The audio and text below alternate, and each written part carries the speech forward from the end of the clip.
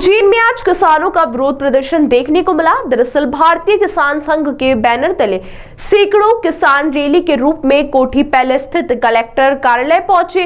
हाथों में भगवा ध्वज और भूमि अधिग्रहण का विरोध करते हुए किसानों द्वारा नारे लगाए गए व कलेक्टर कार्यालय के बाहर बैठकर धरना दिया गया। वहीं किसानों का यह विरोध प्रदर्शन भूमि अधिग्रहण के खिलाफ है। उज्जैन विकास प्राधिकरण और प्रशासन द्वारा विक्रम उद्योगपुरी क्षेत्र के आसपास की भूमि अधिग्रहण करने के लिए नोटिस जारी किए गए हैं।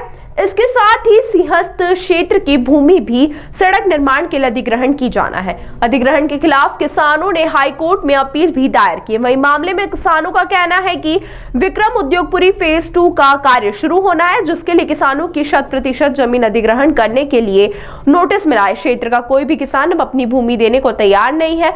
यह भूमि देवास रोड क्षेत्र में आती है और पूरी तरह कृषि भूमि है। वहीं दूसरी ओर सिंहस्थ क्षेत्र में संपूर्ण सिंहस्थ भूमि को भी अधिग्रहण करने के लिए विकास प्राधिकरण द्वारा समाचार पत्रों के माध्यम से सूचना जारी की गई है। सिंहस्थ क्षेत्र के किसान भी भूमि अधिग्रहण का विरोध कर रहे हैं। किसानों का कहना है कि वह अपनी भूमि 12 वर्ष में एक बार सिंहस्थ आयोजन के लिए देते रहे और आगे भी देंगे, परंतु उनकी भूमि हमेशा के लिए अधिग्रहण न की जाए। यह बता दें कि विकास प्राधिकरण द्वारा सिंहस्थ क्षेत्र की भूमि का 50% अधिग्रहण किया जाना प्रस्तावित है। इसी बात का किसान विरोध कर रहे हैं। किसानों ने अपनी मांगों से संबंधित एक ज्ञापन एसडीएम एलन गर्ग को सौंपा है।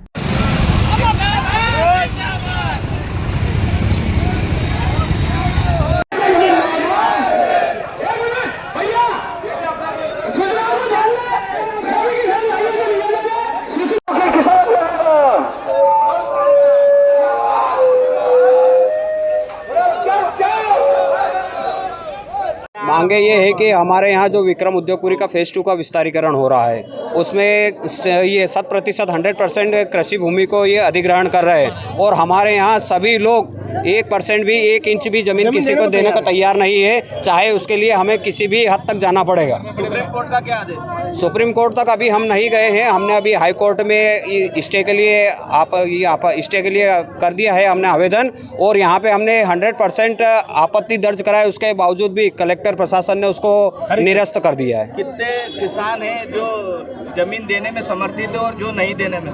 100% आपत्ति बोल रहा ना मैं, 1% भी किसान सहमत नहीं है कि हम हमारी 1 इंच भी ज़मीन दे देते हैं। ज़मीन भीतरी में पिपली नाके पे है। सभी किसान भाइयों के साथ में आज किसान संघ भी साथ में आया था, और ये जो योजना मध्य प्रदेश शासन के द्वारा अधिग्रहण जो विकास प्राधिकरण के द्वारा एजेंसी के रूप में किया जा रहा है, जिसमें किसानों की भूमि को अधिग्रहण कर 50% पे निर्माण का कार्य है।